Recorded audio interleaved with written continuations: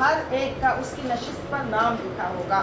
کوئی سونے کی کرسی ہوگی, کوئی چاندی کی ہوگی, کوئی مشک کا ٹیلا ہوگا, کوئی بڑی VIP ہوگی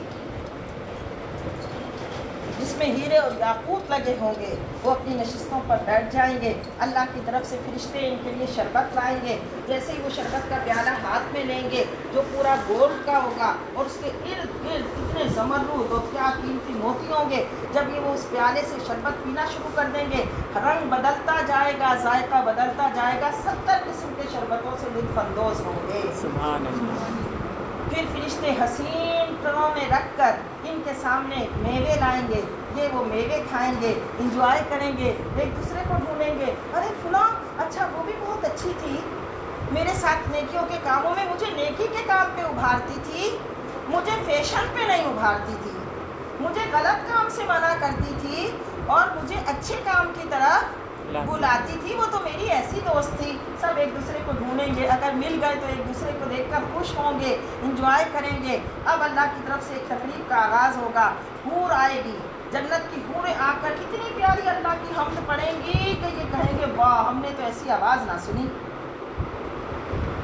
پھر اللہ کے فرشتے آ کر اللہ کی حمد پڑھیں گے, یہ مست ہوتے جائیں گے. پھر حضرت داؤد علیہ السلام زبور کی تلاوت کریں گے, یہ وجد میں آ جائیں گے. پھر میرے اور آپ کے آقا صلی اللہ علیہ وسلم سورہ محمد کی تلاوت فرمائیں گے تو یہ ساکت ہو جائیں گے اور حضور کی اس مبارک کلام کو سنیں گے.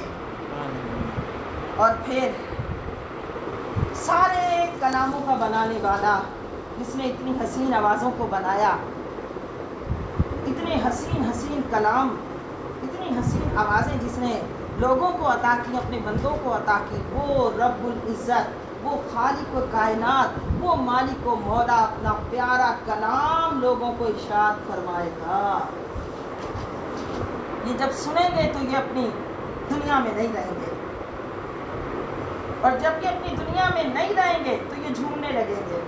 ان پر ایک نشے کی سی کیفیت آ جائے گی. اب جنت کی حوریں بھی جھوم رہی ہیں, فرشتے بھی جھوم رہے ہیں, جنت کے درخت جو ہیں وہ بھی وجد میں ہیں, ان میں ایک ایسا خوبصورت جنت کا میوزک ہوگا, لیکن وہ وہی سنے گا کہا جو دنیا میں اپنے کانوں کو دنیا کے میوزک سننے سے محفوظ رکھے گا, وہ میوزک سن سکتا ہے. جو دنیا میں یہاں گندا میوزک سننے میں رہے گا وہ کان وہاں سننے کی طاقت نہیں رکھتے بیٹے, اس لیے پہلے اپنی حقیقت کو پہچان. اب جیسے ہی وہ سب کیفیت اور منظر بنے گا, اللہ رب العزت اس حسین جہان کو بنانے والا, ساری کائنات کو بنانے والا, اس اونچے آسمان کو بنانے والا, اس زمین کو بنانے والا, یہ بہترین قسم کی مخلوقات کو بنانے والا, حسین سے حسین وادیوں کو پیدا فرمانے والا, وہ رب العزت, وہ اللہ جل جلالہ, وہ خالق رب العلا اپنے حجابات اٹھا دے گا اور بندے اپنے رب کا دیدار کریں گے. اور جب وہ اپنے رب کا دیدار کریں گے تو وہ خود اپنی دنیا میں نہیں رہیں گے. وہ ایسے اپنے رب کا دیدار کریں گے کہ ابن ماجہ کی حدیث ہے, اللہ کے نبی صلی اللہ علیہ وسلم نے فرمایا جیسے تم 14ویں کے چاند کو دیکھتے ہو اور درمیان میں کوئی حجاب و پردہ نہیں ہوتا, تو ایسے تم بغیر کسی حجاب و پردے کے اپنے رب کو دیکھو گے, اور جب دیکھو گے تو پھر پلک جھپکانا بھول جاؤ گے.